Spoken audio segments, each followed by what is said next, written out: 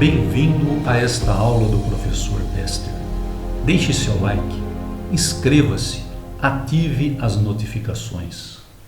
Z, olha que bacana, né? Esse aqui é o fasor. Aí, eu tenho aqui no eixo horizontal, no eixo dos reais, o valor da resistência. Deixa eu ver se eu consigo puxar isso aqui um pouquinho para cima. Resistência. No eixo imaginário, eu posso ter reatância capacitiva, que é sempre representado para baixo, e posso ter reatância indutiva, que é sempre representado para cima. Ao fazer a composição de um circuito resistivo com um circuito RC, o fasor vai dar aqui para baixo, vocês vão ver. Ao fazer a composição com um circuito RL, o fasor vai dar para cima, como está aqui. Professor, mas e se o circuito for RLC, série, tiver resistor, capacitor e indutor? Aí vai depender, se a reatância indutiva for maior, como ela está em oposição à reatância capacitiva, eu subtraio uma da outra, vai dar uma resultante. Agora, se a reatância capacitiva for maior, ela sobrepõe a reatância indutiva e vai dar uma resultante também aqui para baixo. Vamos fazer a simulação aqui. Vamos pegar, por exemplo, esse valor de resistor mesmo. Vamos deixar 100 aqui como valor de resistor, né? E eu vou zerar o valor da indutância só para a gente ver o que acontece. Olha lá. Aqui eu zerei, só tem resistor e capacitor. Então veja o que aconteceu. Lembra que o ângulo dá negativo aqui, né? Aqui não está com sinal menos, porque o GeoGebra não coloca aqui. Mas eu sei porque eu olho aqui e vejo, nós sabemos, né? E vejo que o ângulo é negativo, por isso aqui tem um sinal menos. Olha aí que bacana, né, pessoal? Então aqui mostra que precisa da análise de um engenheiro para detectar muitas coisas que o software não consegue detectar. Então vamos lá. Aqui eu tenho o XC e aqui eu tenho R. Então se eu aumento o valor do capacitor, olha o que acontece com a reatância capacitiva. Diminui. Mas por que, professor? Porque ele está no denominador. Lembra? Para calcular o XC não é 1 sobre ômega C? 1 sobre ômega C, o capacitor está no denominador. Então, quanto maior o valor do capacitor, menor o valor da reatância capacitiva. Quanto menor o valor do capacitor, maior o valor da reatância capacitiva. Olha lá. Está vendo? O resistor influencia na impedância? Claro. Se eu aumento a resistência, o valor da impedância muda e o valor do ângulo também. Então, e lembra, para calcular a impedância é a raiz quadrada do quadrado da resistência mais o quadrado da reatância capacitiva. Então, olha só que bacana, pessoal. Então, aqui dá para ver claramente o que acontece, né? Quando eu aumento a capacitância, a reatância capacitiva diminui, afeta o módulo da impedância e afeta o ângulo. Mas o resistor continua o mesmo, né? Eu não estou mexendo nele, ó. Tá vendo? Por outro lado, se eu alterar o valor do resistor numa associação a RC, também muda o valor da impedância, do fasor Z. Legal, né? Então, vamos para um circuito onde a indutância, à medida que eu aumento a indutância, veja, a reatância indutiva aumenta. Ó, tem um valor aqui de indutância. Tem um valor de indutância aqui em que, olha o que acontece, pessoal. Olha que coisa maravilhosa isso aqui.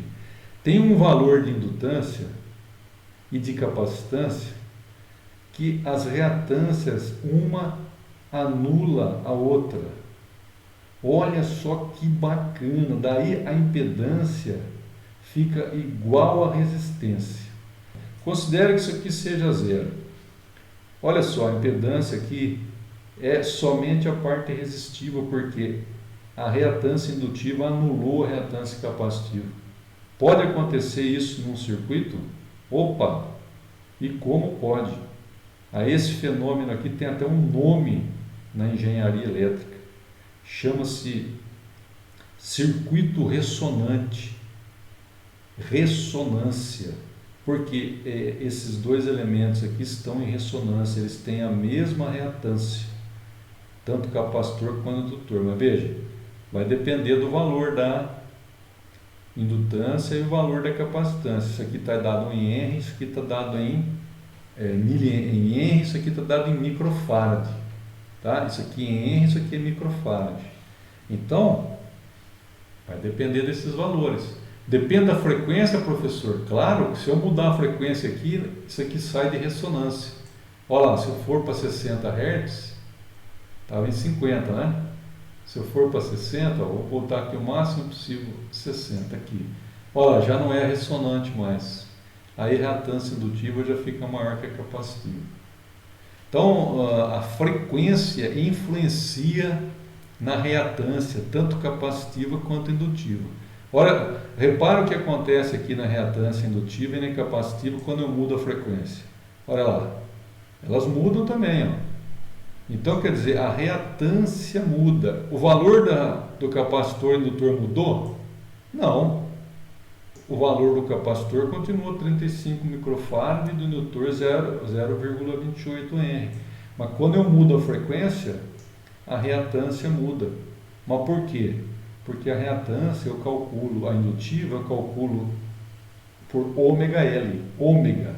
Ômega é 2π vezes F. Então está relacionado diretamente com a frequência. Portanto, aumenta a frequência, aumenta a reatância. Olha lá, aumenta a reatância indutiva. Já o XC é 1 sobre 2πfc. Então, aumenta a frequência, diminui a reatância capacitiva. Olha que bacana.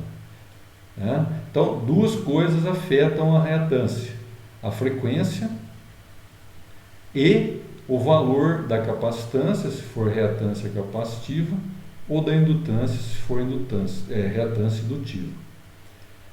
Então, depende de duas coisas, da frequência e da capacitância, se for reatância capacitiva, e depende, a reatância indutiva depende da indutância e da frequência, certo?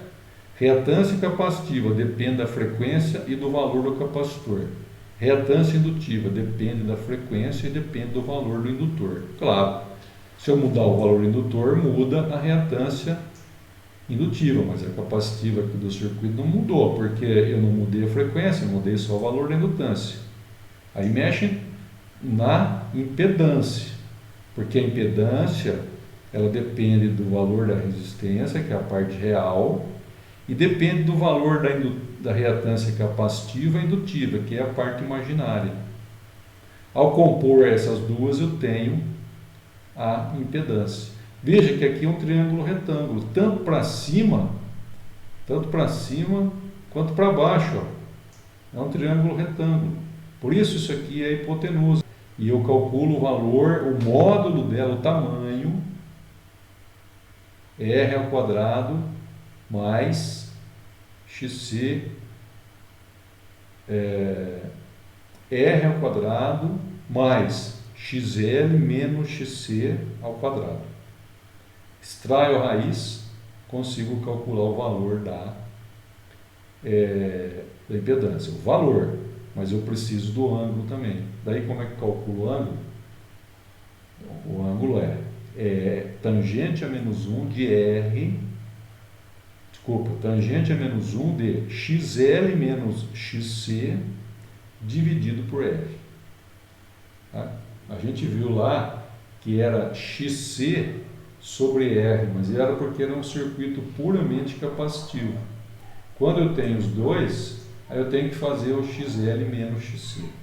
Mas é sempre XL menos XC, professor?